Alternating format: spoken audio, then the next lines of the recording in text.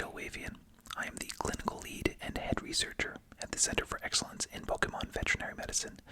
I'm absolutely delighted to be here today. I want to thank Chillwave ASMR for inviting me to the studio in order to provide this educational session for all of you.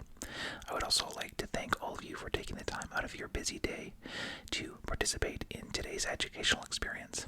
For quite some time, it has been my firm belief that Gengar is a largely misunderstood creature. There's a lot of fear and a lot of misinformation in the community that has led to Gengars living on the fringe and living in fear themselves. And it is our hope here at the Center for Excellence in Pokémon Veterinary Medicine that we will be able to change that public perception of Gengar through our rehabilitation programs. And so today's video is precisely that. Today's video, we will share with you a Gengar that we have been actively rehabilitating for some time now, and is in need of its final clinical examination prior to being released to a volunteer trainer in the community. This is big news. This is something that our team is very excited about, and I'm absolutely delighted to share this with you today. So thank you once again for joining. Before proceeding with today's clinical assessment, I'd like to provide a bit of background information on Gengar so that we're all going into this with the basic information that we all need to understand Gengar. So Gengar is a fairly large, dark purple, bipedal Pokemon. Its evolutionary phases are Ghastly, Haunter, and of course, Gengar. Gengar is known for having a stubby tail, as well as spikes along its back, and a large, sinister grin. Gengars are known to be able to hide in the shadows of any object, including people. They're able to manipulate shadows as well, and they're well known as well for bringing down the local temperature in any environment that it occupies. For example, bringing down the temperature in a room by 15 degrees Fahrenheit or 5 degrees Celsius on average. Gengars are also known to be able to manipulate dreams and produce nightmares and other such phenomena. Gengars are able to fly, and they are also able to experience spectral shifts, which allow them to become intangible. This is something we'll be exploring today as well. It's important to note that there is a rare occurrence of possession, as well as other illusions and mischievous pranks, which Gengars are known to enjoy participating in. Malice and true danger in Gengar communities is very rare and very unlikely, and this is most important in understanding how this creature is misunderstood. A Gengar that is trained properly can be a very loyal friend and partner, and that's something that we're hoping to demonstrate today. Now that we're up to speed on some basics on Gengar physiology and special skills and abilities, I think what we'll do is I'd like to call upon my assistant, Chansey. Chansey, are you over there? We have a number of Chanseys, as you know, working at the Pokemon Center. Chansey, yep, hi, thank you, could you pass me that Pokeball right there? No, not that one, the other one, that one, yes, bring it over, and thank you. Appreciate you, Chansey. Okay, you can take a break now, thank you. Alright, this Pokeball contains a Gengar. Now this is Gengar 616. Some of us have come to know him as Tony, because he's become a friend to a lot of the staff here at the center. I'd like to provide a bit of background information on this Gengar. Now, some time ago, approximately 6 months ago, we were receiving reports in Pallet Town of what was thought to be a Gengar that was causing some issues in the local community. There were multiple reports of Gengar occupying people's shadows, scaring them, taking their shadows away, and really playing pranks on a number of people in the community. This Gengar was occupying a number of different alleyways and other dark, shadowy spaces. There was one case in Pallet Town of a possession. No one was hurt, no one was injured, and it seemed like they were trying to play a prank on this one family. And so we take these reports very seriously, and especially after there was some reports of the overall temperature of Pallet Town dropping by about 5 degrees. This was starting to impact local environmental changes and things like that. So we deployed a team. The team was led by myself and a couple other researchers. We attended Pallet Town and were able to capture a Gengar that was thought to be causing all of these issues locally. Now, Gengar 616 has been working with us very closely over the last 6 months in a rehabilitation sense here at the Center for Excellence in Pokemon Veterinary Medicine, and I'm delighted to say that we have lined up Gengar with a trainer in the community who's going to be taking over Gengar's care. So we're very excited about that. The only missing piece is that we need to provide a final checkup, a final clinical examination of Gengar before we're able to safely release Gengar into the community. And so that's what we're going to do today. Now, I'm noticing in the studio here, hey, Chillwave, is it okay if we dim some of these lights and bring things down a little bit here? We're going to be releasing this Gengar, and the Gengar I think will be more comfortable with a number of these lights off. Okay, thank you. Chillwave has graciously allowed us to modify some of the lighting in this room. Now, one issue is that we can't actually show you the Gengar. We can't allow the Gengar to be on camera. Now, the main reason for that is that we're going to be doing a number of spectral resonance examinations. We're going to be looking at Gengar's ectoplasmic residue, its phase shifting, a number of other really important measures today, and we don't want there to be any interference from the cameras or microphones or anything like that. So Gengar will remain off camera, but you will be able to see the experiments as they go down. So thank you for your patience, and if you'll give me one brief moment, I'm going to get this room set up so we can release Gengar 616. Alright, thank you for your patience. We're ready now to release Gengar, and so if you'll give me a brief moment, I'm going to step off camera and release Gengar. And yeah, you'll notice Gengar's presence by the shifting of light here in the room. Alright, I'll be right back.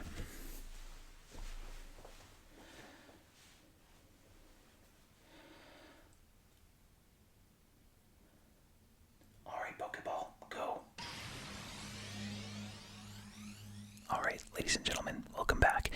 We had a bit of a spectral disturbance here when Gengar was first released from the Pokeball. It affected the cameras in that briefly, but I think we're all systems go here.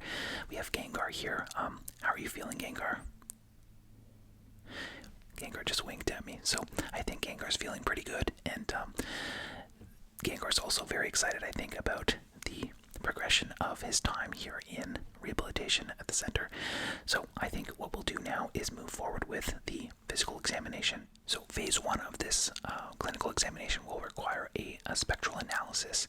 Now, what this essentially means is that we're going to be assessing Gengar's spectral emissions and ectoplasmic consistency. Now, this is going to require several measurements, actually 3 different measurements. So, and Gengar, in order to receive a passing grade on this clinical assessment of spectral analysis, Gengar will actually need to have a passing score on each of the 3. So the first one is that we must determine the conduit wavelength of Gengar's spectral signature. What we'll do in gathering that information is actually compare it to previous serial measurements that have been made here at the center to determine if Gengar is progressing well. The next piece to this puzzle is that we'll have to determine the apex spectral density of Gengar's ectoplasmic emissions and confirm this with flow cytometry at our local lab. For this, we'll take an initial measurement here, and then also we'll gather some ectoplasmic residue to send off to our lab for processing later. That's the next piece to the puzzle. Finally, we'll have to determine the viscosity using the Hunter coefficient to determine if we're at least back to baseline levels using the spectral emulsion. So that's something that we'll make sure that we take care of today as well. Like I said, all 3 of these measurements must be within normal limits in order for Gengar to progress on with the assessment. So let's begin. As I said, the first phase will be to determine the conduit wavelength of Gengar's spectral signature. So allow me to get some materials ready here, and then we'll proceed. Alright, thank you for your patience. We are ready to proceed with the first stage of the assessment of Gengar's spectral analysis. So the first section here involves determining the conduit wavelength of Gengar's spectral signature. And in order to do this, we'll need a few different gadgets, which we'll use to gather that information. We'll take serial measurements and determine if that's on par. I'm just calibrating the device. Okay, get this loaded up here, and good. Get that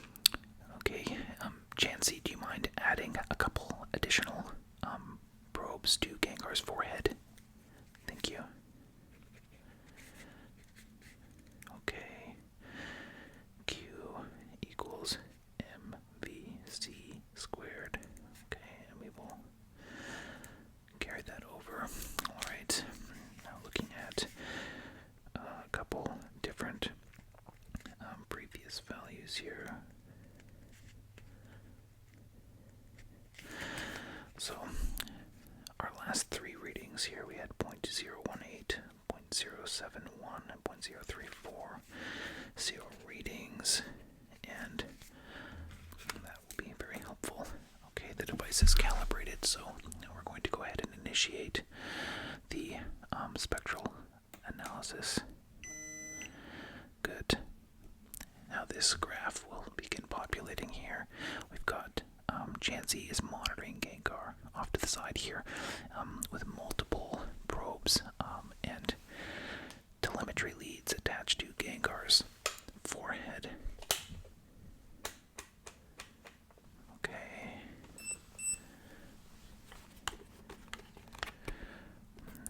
To process this, get this lined up precisely with the and qualifying for, we need to account for Schrodinger's coefficient. Px squared equals 2t1. Okay, we're going to, alright, we are all systems go here for gathering this data. Beautiful. Okay, and we are set. Now, if we have a successful assessment here, we should be able to determine this value. We're off by a few decimal points there, but that should work really well, actually. We can see the readings starting to come in now. Brilliant. Fantastic. I'm delighted with this. Okay. So the conduit wavelength of Gengar's spectral signature, we've got values coming in now. Perfect. Oh, this is right on track. 0.044, 0.042, 0.033. Excellent. Now we need to qualify this on with the graph here, and I can see that everything is tracking well.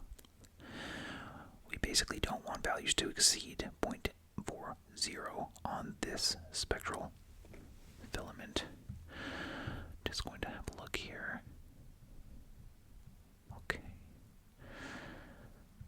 Yes, okay. Schrodinger's coefficient. And okay, brilliant. Oh, fantastic. So we'll keep this reading applied here. We've got our max and min limits set. So we'll keep that going. These values have been very consistent. I'm very happy with that. So I think, I think that would qualify definitely as a success. So that's great. Step 1 is successful. Beautiful. I'd like to, Chansey, if you don't mind, please keep the telemetry leads attached to Gengar. I just want to continue to take the surface spectral analysis readings over the remainder of this set of experiments. Thank you. Okay, 4-QX. Need to finish the calculation here.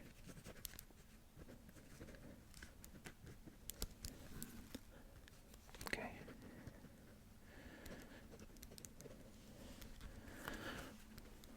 And surface readings at 0.06, 0.10, holding steady 0.03, and we're staying well below max thresholds. Brilliant. Okay, so the first set of experiments on this study, successful, very good. Gengar has performed extremely well on this, and we have a good, healthy conduit wavelength and spectral signature. Okay, now we need to determine the apex spectral density of Gengar's ectoplasmic emissions. Chansey, could you do me a favor, please, and collect a specimen of ectoplasm? Thank you. Okay, so while Chansey is gathering that up, we're just going to have a look at a couple things here. Okay. Calibrate a couple other instruments here.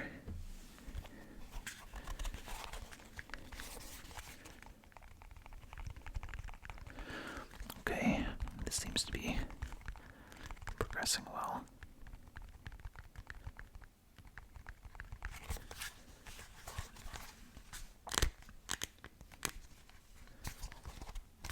Brilliant. Okay, so we'll keep that out and ready. And, oh, Chansey is bringing around here. Oh, thank you, Chansey. I appreciate that. Okay, so we have here a ectoplasmic sample here. This ectoplasm is very fresh. It appears to be a normal consistency, and this is what we would typically see when it comes to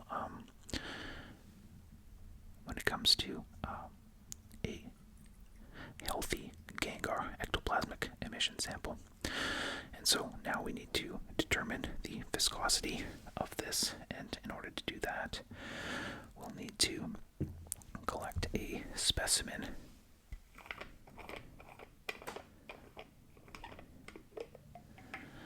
Okay.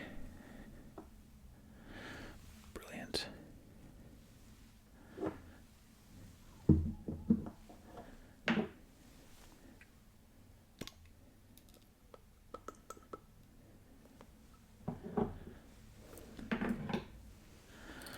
All right. So let's set this here. And I've got a trusty setup here. We've got a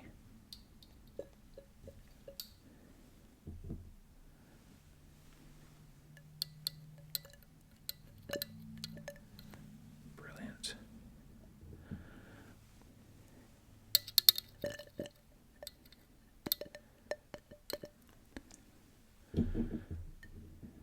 It's important to note that ectoplasmic residue is not dangerous. You may notice if there are a lot of Gengar in your area,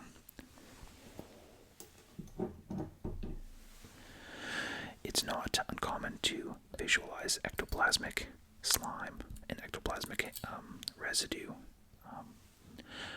locally. Alright, so now we need to apply the spectrophotometer. I'm going to activate that now and take a reading. Let's take a reading.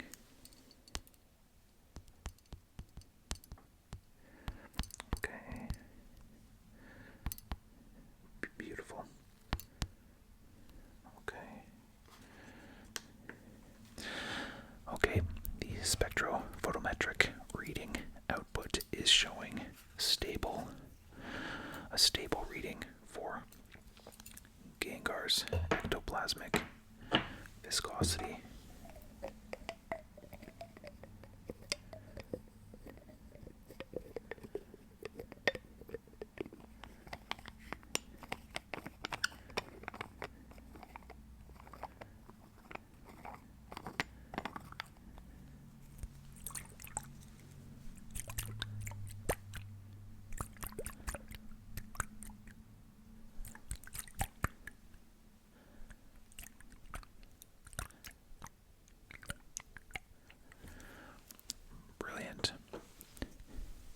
As you can see, it's a very clear, very healthy specimen.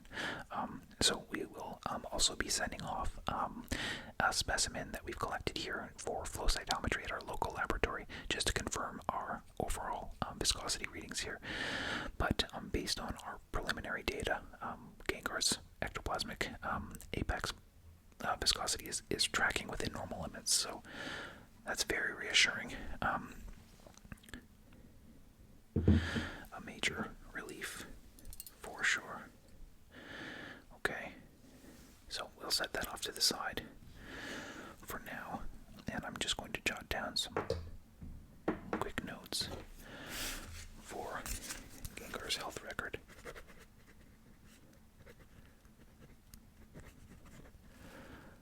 Okay. Yeah, perfect. Spectral, Ectoplasmic, density A+, okay, and clear, fluorescent, appropriate, standard emissions. And just have a look here at the overall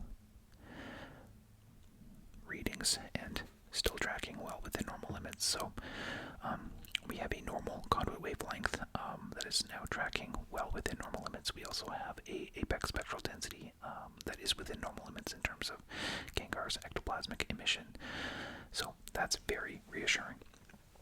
Okay, now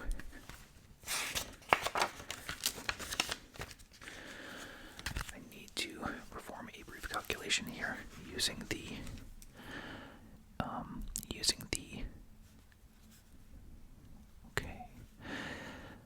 Hunter coefficient. So Hunter coefficient is 2.34. So we have viscosity of ectoplasm equals spectral viscosity times the Hunter coefficient squared. So brief, and try to get some of this math done here. Perfect. Oh, amazing. Okay, so that's good news. All right. So that portion of the experiment was very successful. So a normal spectral analysis, very reassuring. So the next portion of the experiment will look at Gengar's shadow manipulation. As you know, Gengar can reside within shadows. Gengar can also manipulate shadows, and so we need to ensure that Gengar's shadow manipulation is tracking well. Give me a few moments just to set up, and we'll perform that experiment now. Alright, now examination of Gengar 616's shadow manipulation is a very sensitive examination. We don't need to see much movement as long as it's deliberate. It qualifies as a positive test and is a successful test. So it's a very simple test, and we just need to request that Gengar manipulates the shadow. So here we have a barrier, and we'll apply a light source, and then I will ask Gengar to manipulate the shadow. Alright, now this is a very standardized test, so I think we're ready to begin. Jancy, can you readjust the leads on Gengar's forehead? Thank you. Brilliant. Alright, Gengar, are you ready? Brilliant. Okay, here we go. So I'm going to apply a light source. Gengar, I would like you to manipulate the shadow. Alright, light source applied. Alright, now we see a faint linear shadow here. Now, occasionally when we first brought Gengar into the Center for Rehabilitation, Gengar would often occupy the shadows rather than manipulate them. We've moved quite a bit ahead since then. Gengar, I'd like you to manipulate the shadow. Brilliant. That's a successful test, Gengar, thank you. Brilliant. I think Gengar's a little tired based on the earlier assessment, so we won't push Gengar too hard. But there is a subtle manipulation there, and I'm very happy with... Oh, we're getting a little bit more. Thank you, Gengar. That's great. Alright. Alright, Gengar, thank you. That was successful. I appreciate you. We're going to discontinue the light, and Gengar's shadow manipulation was a successful test. Brilliant. Okay. The next assessment is a dream assessment. So it's, for quite some time now, it's been known that Gengar can manipulate dreams and produce nightmares. When Gengar 616 initially attended the center, we were seeing quite a lot of nightmare and disturbing dream activity amongst the clinicians working here at the center.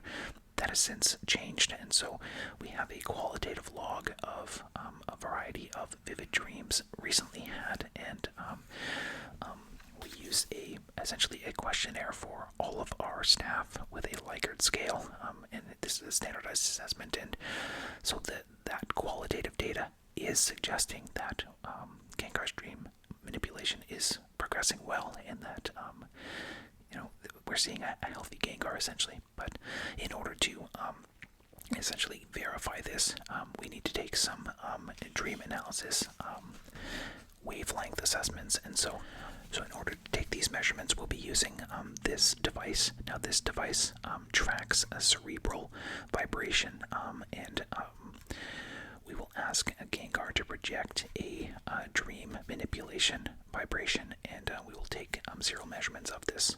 I just need to calibrate the device first.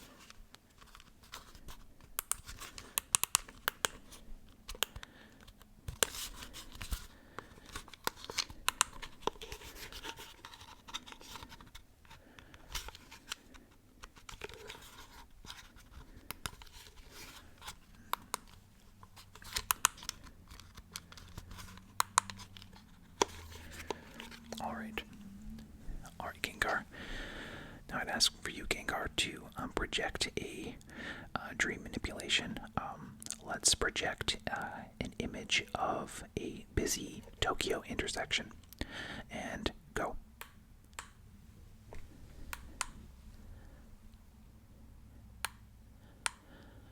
Okay. Brilliant. Okay. That was reading number 1. That was an accurate projection.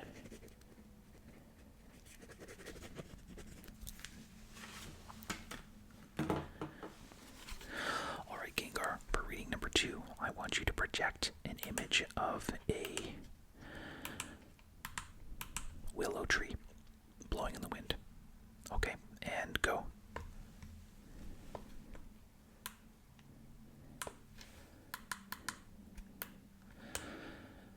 Okay, gathering data. Okay, and success. Okay, brilliant.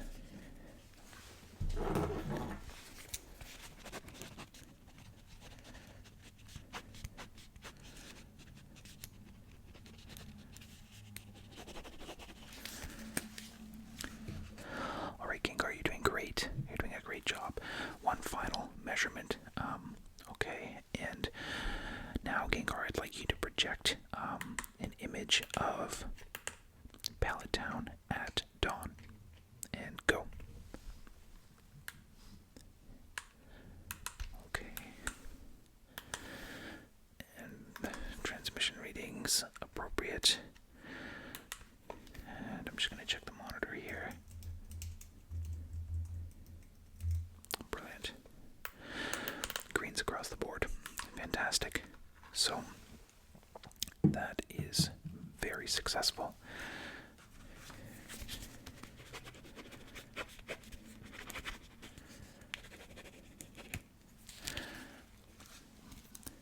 Brilliant. Okay, just going to repeat the assessment here. Okay, our spectral analysis is still tracking well within normal limits. We're seeing a good graph with no apex values exceeding our max limit, which is very appropriate. So that is a very reassuring assessment. Okay, now moving right along. The final test is a phase shift and resonance assessment, and so essentially, as you know, Gengars are able to phase shift and become intangible. They're actually also, and this is a little known fact, Gengars are actually able to render items around them intangible. And so I think what I'd like to do now is, Chansey, could you bring me the spectral orb? Thank you. Brilliant.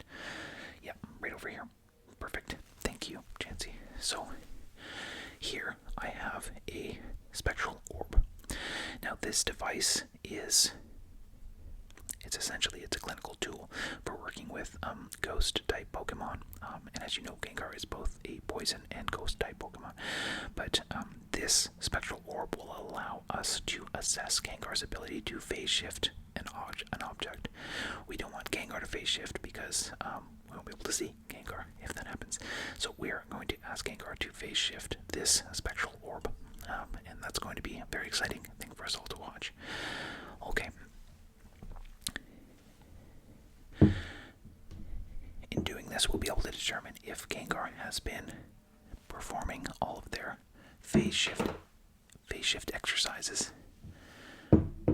Okay.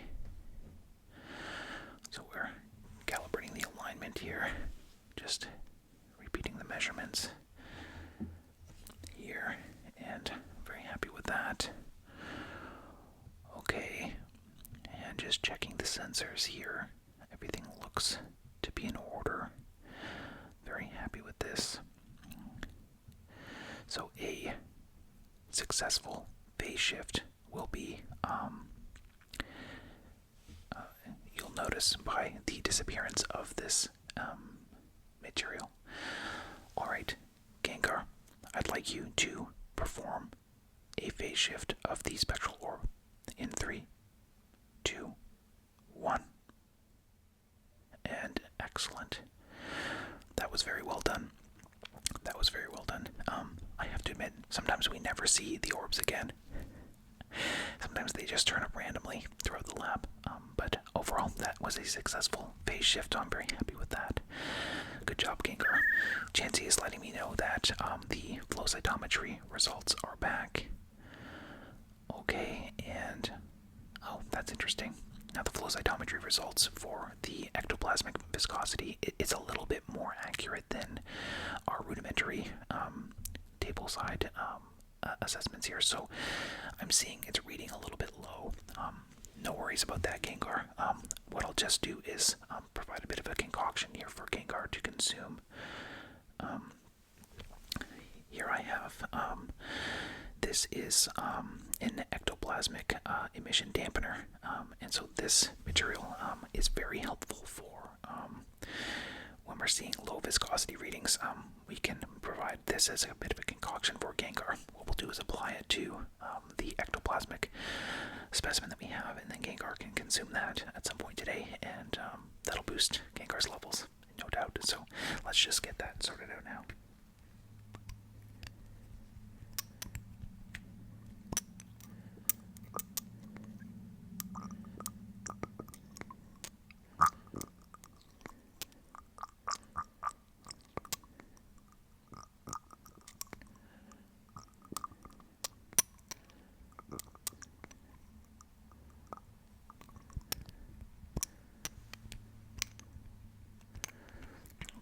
So, definitely appreciating. I've got a good specimen here. I'm very happy with that. Now this we'll need to add to the ectoplasmic residue that we've taken from earlier.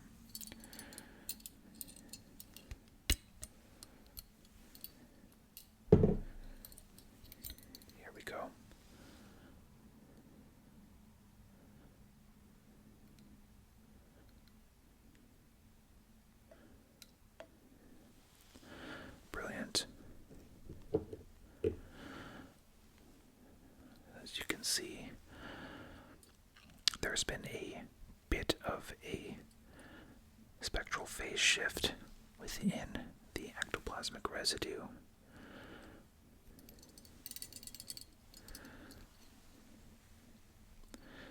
Perfect.